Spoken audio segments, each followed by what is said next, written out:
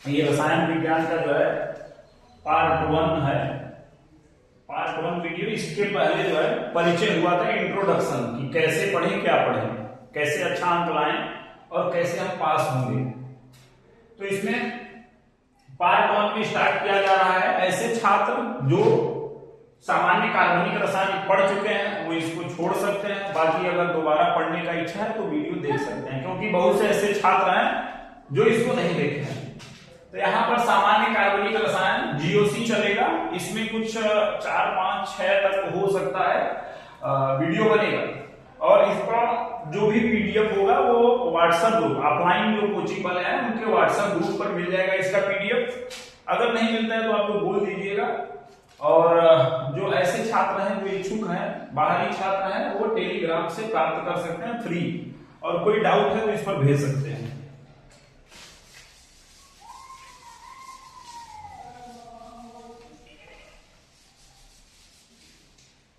आज का पॉइंट क्या है?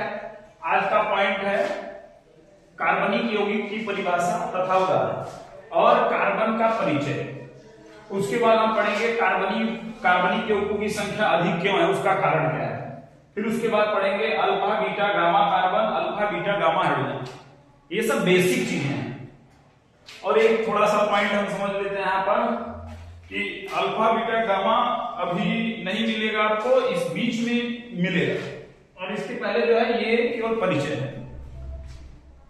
हमारे यहाँ ऑफलाइन कोचिंग में एक ऐसा छात्र है जिसको ऑफलाइन तो समझ में आ रहा है, लेकिन बेचारा वो ऑनलाइन नहीं समझ पा रहा। देखता तो है, उसका नाम है रंजीत। रंजीत बेचारा बहुत परेशान है, और उसी के लिए जो है ये वीडियो बनाया जा रहा है। उसको ऑनलाइन नहीं समझ में आ रहा है। तो यहां देखते हैं कार्बनिक यौगिक की परिभाषा कि कार्बनिक यौगिक किसे कहें।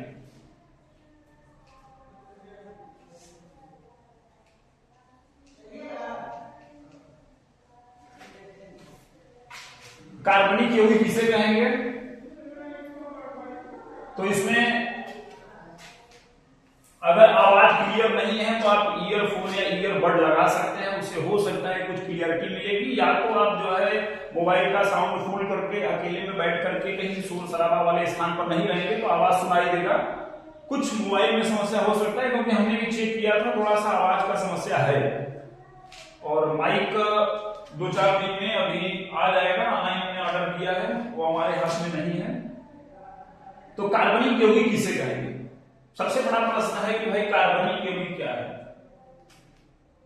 तो सबसे पहली बात सबको ये पता होना चाहिए कि यौगिक कितने प्रकार के हैं। कार्बनिक यौगिक पढ़ने से पहले हमें पता होना चाहिए यौगिक कितने प्रकार के होते हैं और यौगिक क्या होते हैं।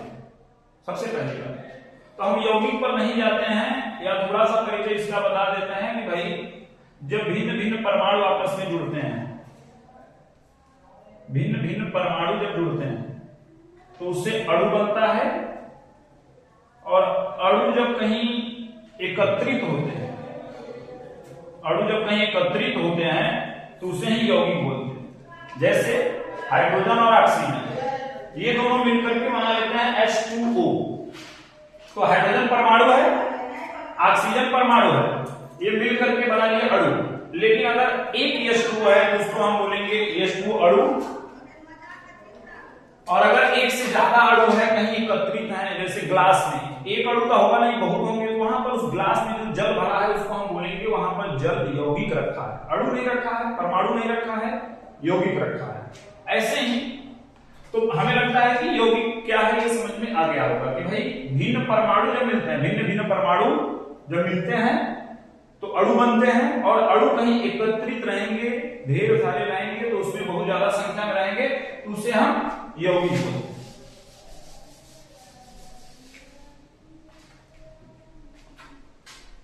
और सबसे पहली बात, सभी लोग अपना एक टाइम टेबल बना लीजिए। ऑनलाइन क्लास, ऑफलाइन क्लास, हर जगह का जो भी आपको पढ़ना लिखना है उसके लिए टाइम टेबल बना लीजिए। मनमानी तरीके से आप लोग पढ़ेंगे तो कुछ भी नहीं हो पाएगा। बिना टाइम टेबल का कुछ भी पढ़ाई नहीं हो पाएगा। सभी विषय को एक पर्याप्त समय मिलना चाहिए, टाइम टेबल अवश्य होना चाहिए। जो भी होगा टाइम टेबल उसका फॉलो भी करिए। केवल बना करके रखने से नहीं होगा, बिना टाइम टेबल का पढ़ाई नहीं होता है। क्योंकि अगर टाइम टेबल नहीं बनेगा तो मनमानी काम करेंगे, दिन कैसे निकल जाएगा पता ही नहीं चलेगा।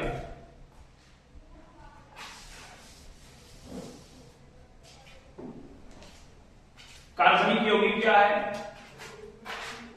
इसलिए हम कह रहे हैं टाइम टेबल का। और बाकी लोग, जितने भी लोग हैं जिनको कोई प्रश्न में समस्या होता है, वो शाम 6 से 8 के बीच में जो है प्रश्न पूछ सकते हैं। क्योंकि मनमानी तरीके से प्रश्न भेजने पर थोड़ा सा हम भी डिस्टर्ब होते हैं, तो आप लोग जो है शाम 6 से 8 के बीच में प्रश्न भेजिए। जिनको भी कोई समस्या है सभी लोग 6 से 8 के बीच में, 6 से पहले नहीं, 8 के बाद नहीं, इसी समय में जो भी प्रश्न आपका दिन भर का है या कई दिनों का है उसको एकत्रित करके 6 से 8 के समय में आप क्वेश्चन भेजिए, उसका सलूशन आप लोग को मिलेगा। कार्बनिक यौगिक क्या है, तो कार्बनिक यौगिक का जो है 2 तरीके से परिभाषा दे सकते हैं। पहला है पुरानी धारणा के अनुसार। पुरानी धारणा का मतलब पुराना विचार क्या कहता है, और एक आधुनिक धारणा के अनुसार है।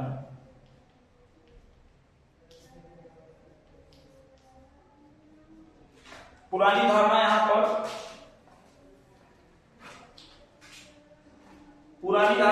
इसका क्या मतलब है, पुरानी धारणा और आधुनिक धारणा का मतलब कुछ परिभाषाएं जिनका कोई नियम कानून नहीं था ऐसे ही बना दिए गए थे, वो पुरानी धारणा है। और नई आधुनिक जो धारणा है इसमें नए खोज, नए प्रयोग के बाद बना। तो पुरानी धारणा क्या कहता है कि कार्बन और इसके यौगिक, कार्बन और इसके यौगिकों को कार्बनिक यौगिक कहते हैं।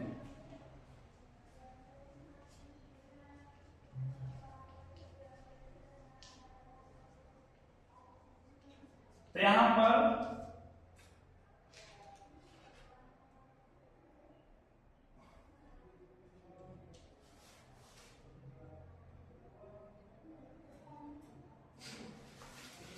यहां पर जो है कार्बनिक यौगिक नहीं, कार्बनिक रसायन का परिभाषा पढ़ना है हमें। कार्बनिक रसायन, क्योंकि जो चल रहा है ये कार्बनिक रसायन, कार्बनिक रसायन।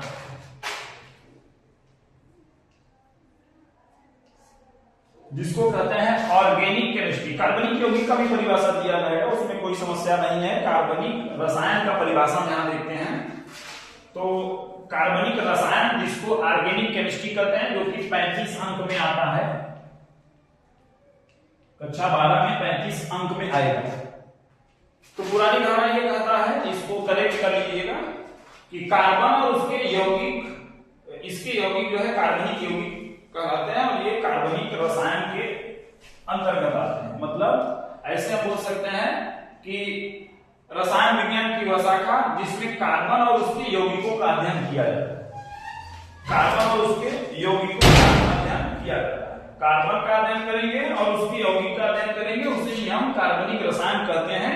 ये पुरानी धारणा कहता है। और नई धारणा क्या कहता है, नई धारणा ये कहता है कि हाइड्रोकार्बन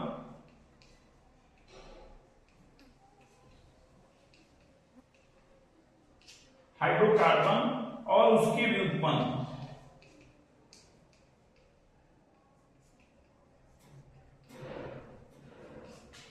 तो इसका क्या मतलब है, फिर से हम समझ लेते हैं। थोड़ा सा मिस्टेक हो गया था कि कार्बनिक रसायन हम किसे कहेंगे, 2 तरीके से बता सकते हैं, पुरानी धारणा और आधुनिक धारणा। पुरानी धारणा यह कहता है कि कार्बन और इसके यौगिकों का अध्ययन जिसके अंतर्गत होता है उसे ही हम बोलते हैं कार्बनिक रसायन। या ऐसे बोल सकते हैं कि रसायन विज्ञान की वह शाखा जिसमें कार्बन और उसके यौगिक का अध्ययन किया जाता है, कार्बनिक रसायन कहलाता है। आधुनिक धारणा क्या है, रसायन विज्ञान की वह शाखा जिसमें हाइड्रोकार्बन और उसके व्युत्पन्न का अध्ययन किया जाता है। हाइड्रोकार्बन नाम से ही पता चल रहा है, जो हाइड्रोजन और कार्बन से मिलकर बने होते हैं। इसके व्युत्पन्न का मतलब, जैसे मान लो CH4 है, मान लीजिए CH4 है, CH4 है तो ये हाइड्रोकार्बन होगा, क्योंकि हाइड्रोजन और कार्बन से मिलकर बना। लेकिन अगर इसमें से हाइड्रोजन हटा दिया जाए तो 3 हाइड्रोजन बचेगा और इसके हाइड्रोजन हटाना वहां Cl जोड़ देंगे, तो ये हाइड्रोकार्बन है लेकिन हाइड्रोकार्बन का व्युत्पन्न है। मतलब जब हाइड्रोजन और कार्बन के अलावा कोई आ जाएगा तो उसे बोलेंगे कि हाइड्रोकार्बन का व्युत्पन्न है। अगर हाइड्रोकार्बन में हाइड्रोजन और कार्बन के अलावा कोई तत्व आ जाता है तो उसे हाइड्रोकार्बन के व्युत्पन्न कहते हैं। तो ये कार्बनिक रसायन का परिभाषा हुआ आधुनिक पुरानी धारा के अनुसार, आधुनिक धारा के अनुसार। तो रसायन विज्ञान जो है कार्बनिक रसायन का परिभाषा हमने समझ लिया। इसमें कुछ है नहीं, पेपर में आता नहीं है।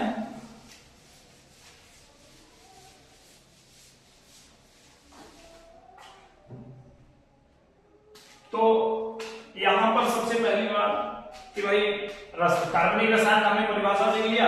इसका जो है कुछ ऐसे भी यौगिक है जो कार्बन तो उसमें रहता है लेकिन वो कार्बनिक रसायन में उसका अध्ययन नहीं किया जाता, जैसे CO2, CO, CaCO3, ये सब ऐसे यौगिक हैं कि इनमें कार्बन तो उपस्थित है। CO carbon monoxide, CO2 carbon dioxide और CaCO3 सब में कार्बन उपस्थित है, लेकिन इनका अध्ययन कार्बनिक रसायन में नहीं किया जाता। ऐसा क्यों?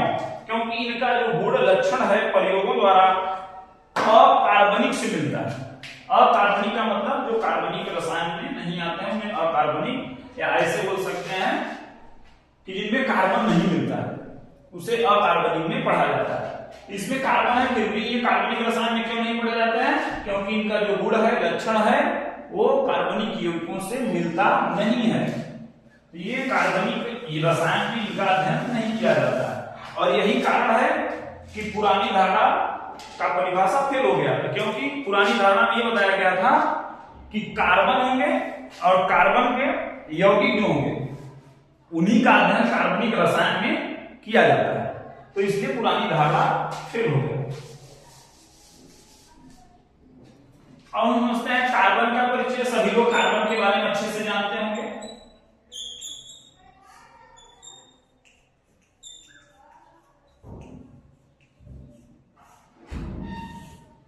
कार्बन का परिचय सबसे पहले तो ये जान लीजिए कि भाई कार्बन एक अधातु है।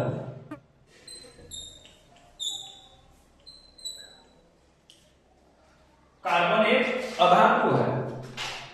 दूसरा नंबर ये जान लीजिए कि इसमें कार्बन में जो है इसका परमाणु क्रमांक जो है, कार्बन का परमाणु क्रमांक सबको पता होगा 6 है और इसमें इलेक्ट्रॉनों की संख्या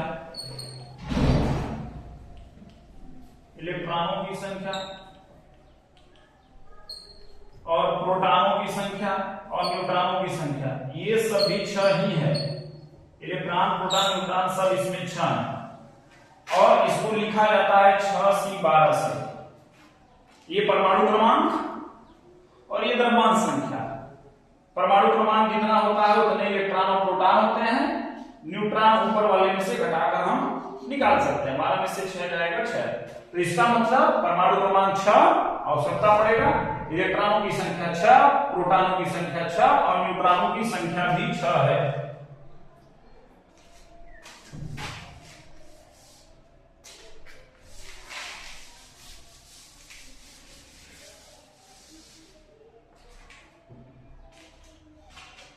और अगला समझते हैं इसमें कि इसका संयोजकता जो है, कार्बन की संयोजकता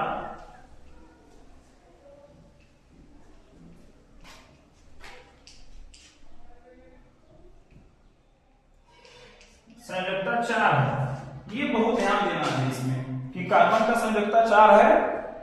कक्षा 10 में भी पढ़ाया गया होगा। अब संयोजकता 4 होने का क्या मतलब है?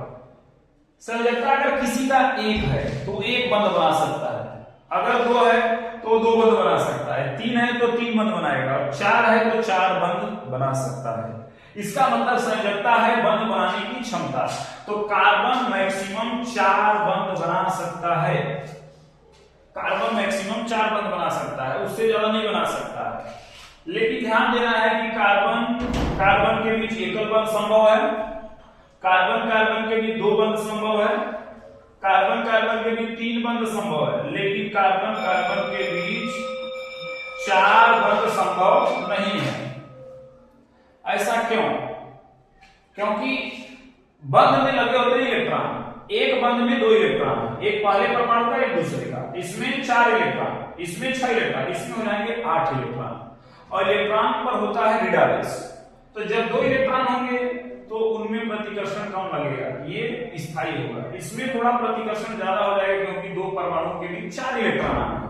यहाँ पर ये थोड़ा सा कमजोर हो जाएगा क्योंकि 6 इलेक्ट्रॉन है, यहाँ प्रतिकर्षण ज्यादा होगा, और इनके बीच भयंकर प्रतिकर्षण होता है और इनमें बंध टूट जाता है, स्थायी नहीं होता है। इसलिए कभी भी 3 बंध से ज्यादा बंध संभव मतलब नहीं होता है बीच में 2 परमाणु के बीच। हाँ, कार्बन अलग अलग परमाणुओं से 4 बंध बना सकता है। जैसे ये कार्बन हो गया तो इसके बगल में ऐसे 4 बंध हो सकता है, 4 बंध ये बगल में बना सकता है। इससे कोई भी परमाणु जुड़ सकता है जिसका संयोजकता 1 है, वो हाइड्रोजन हो सकता है, वो कोई भी हो सकता है जिसका संयोजकता 1 है। जितना संयोजकता रहेगा उतना ही बंध बनाएगा। अगर कोई संयोजकता 1 वाला है तो 1 बंध बनाएगा, 2 है तो 2 बंध बनाएगा, 3 वाला है तो 3 बंध बनाएगा। तो यहाँ पर कार्बन का संयोजकता 4 है, मतलब ये 4 बंध बनाएगा। अगला नंबर समझते हैं श्रृंखलन क्या है, ये समझना बहुत जरूरी है। श्रृंखलन, तो श्रृंखलन क्या है? कार्बन के पास एक गुण होता है, केवल कार्बन के पास 118 तत्वों में केवल कार्बन ही ऐसा तत्व है जिसके पास ये गुण मिलता है। हाँ, इसके आसपास सिलिकॉन जो है उसमें भी थोड़ा बहुत श्रृंखलन का गुण मिलता है, लेकिन कार्बन की अपेक्षा कम है। जितना कार्बन में पाया जाता है उतना नहीं है। श्रृंखलन क्या होता है? कार्बन कार्बन आपस में जुड़ करके एक सीधी श्रृंखला बना सकते हैं, और कार्बन का 4 बंध होना चाहिए। तो कार्बन आपस में जुड़ करके सीधी श्रृंखला बना सकता है, या तो वो बंध श्रृंखला बना सकता है, ऐसे बंध आकृति बना सकता है। अभी इस पर मत जाइए कि बंध क्या है, केवल इतना ध्यान दीजिए कि कार्बन का 4 बंध पूरा करना। सीधी श्रृंखला में जुड़ सकता है, बंध श्रृंखला में जुड़ सकता है, और शाखा में भी जुड़ सकता है। शाखा का मतलब यह है कि जैसे कोई मान लीजिए सीधी श्रृंखला है, इसके बगल में कोई कार्बन का ऐसे श्रृंखला तैयार हो जाए तो ये बोलते हैं इसको शाखिक श्रृंखला। मतलब इसका परिभाषा क्या हो जाएगा श्रृंखलन का, कि यदि 2 या 2 से ज्यादा कार्बन परमाणु, 2 होंगे या 2 से ज्यादा कार्बन परमाणु आपस में मिलकर सीधी श्रृंखला, बंध श्रृंखला या शाखिक श्रृंखला। शाखा का मतलब कोई मेन श्रृंखला है, उसके बगल में अगर कोई जुड़ा है तो उसको शाखिक श्रृंखला। आराम से बैठो।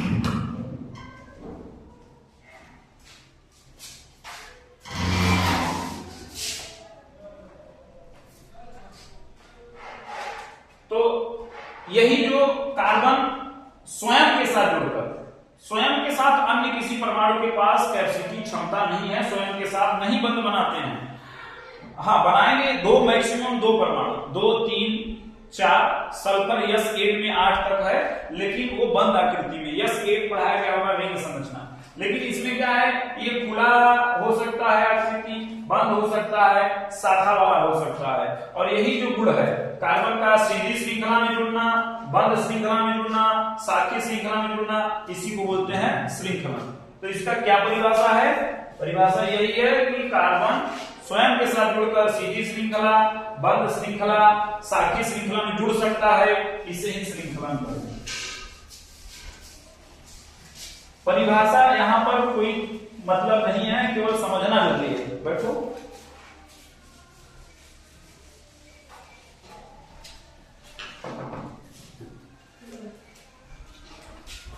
तो कार्बन का परिचय लगभग समाप्त हो गया। अब हम समझते हैं कार्बनिक यौगिकों की संख्या इतना अधिक क्यों है, क्या कारण है कि कार्बनिक यौगिक इतना संख्या में है।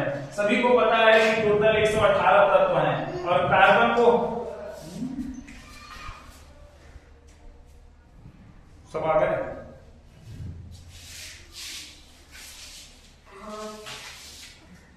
आवाज नहीं बैठ रही।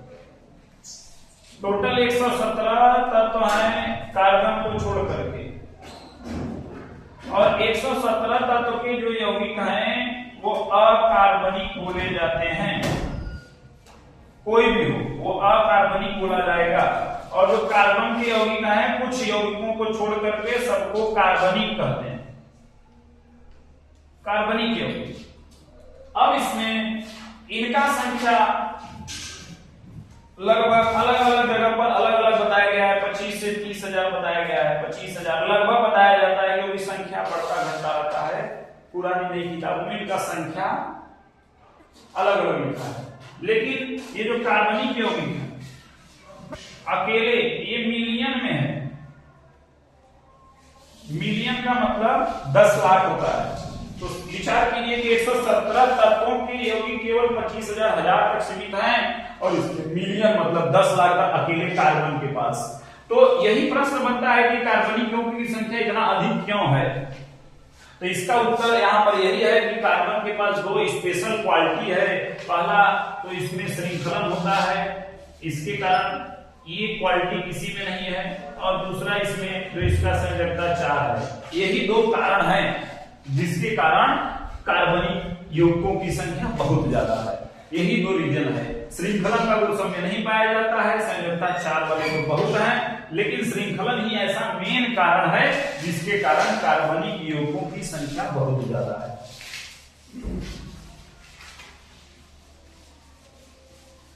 हो गया कंप्लीट आपका? बच्चे पढ़ा रहे? मतलब बच्चे सुन रहे? कौन बच्चे?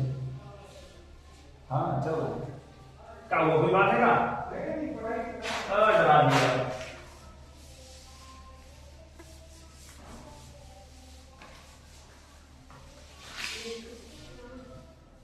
तो इसमें अल्फा बीटा गामा कार्बन और अल्फा बीटा गामा हाइड्रोजन, ये बहुत ज्यादा कठिन कोई नहीं है। कोई ऐसे मान लीजिए कार्बनिक यौगिक है,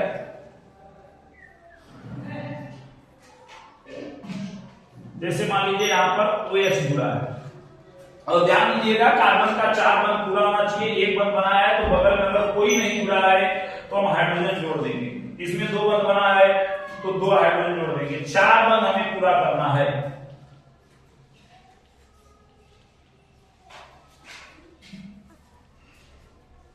तो यहां पर ध्यान दीजिएगा सभी लोग, ये जो OH है इसको बोलते हैं क्रियात्मक समूह।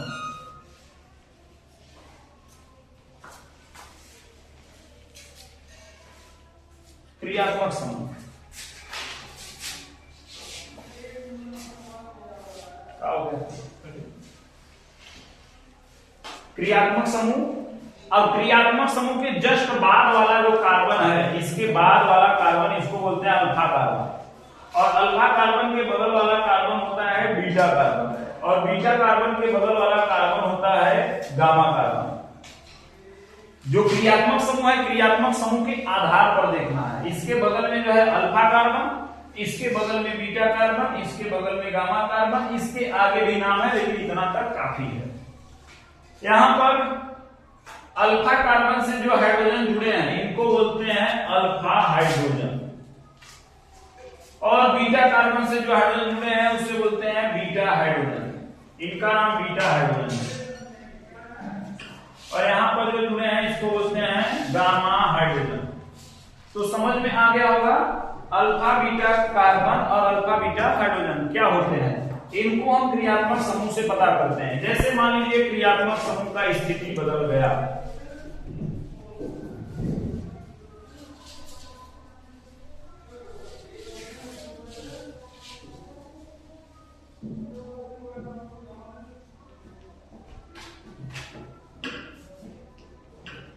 जैसे मान लीजिए OH यहां पर आ गया, तो इसके आधार पर देखा जाएगा कि OH से एक क्रियात्मक समूह है, इससे जो कार्बन जुड़ा है इसका नाम हो जाएगा अल्फा कार्बन। अब अल्फा कार्बन के बगल में 2 कार्बन है तो इनका नाम हो जाएगा बीटा कार्बन, और बीटा कार्बन के बगल में इधर गामा है और ये भी गामा है, और अल्फा कार्बन से जो जुड़ा है ये अल्फा हाइड्रोजन होगा, बीटा कार्बन से जो जुड़ा है बीटा हाइड्रोजन होगा, ये भी बीटा हाइड्रोजन होगा, और यहाँ पर गामा हाइड्रोजन। जिस कार्बन से हाइड्रोजन जुड़े होंगे ये गामा हाइड्रोजन और ये गामा हो जाएगा। यहाँ पर भी ये तीनों गामा हाइड्रोजन हो जाएंगे। तो हमें लगता है कि ये क्लियर समझ में आ गया होगा।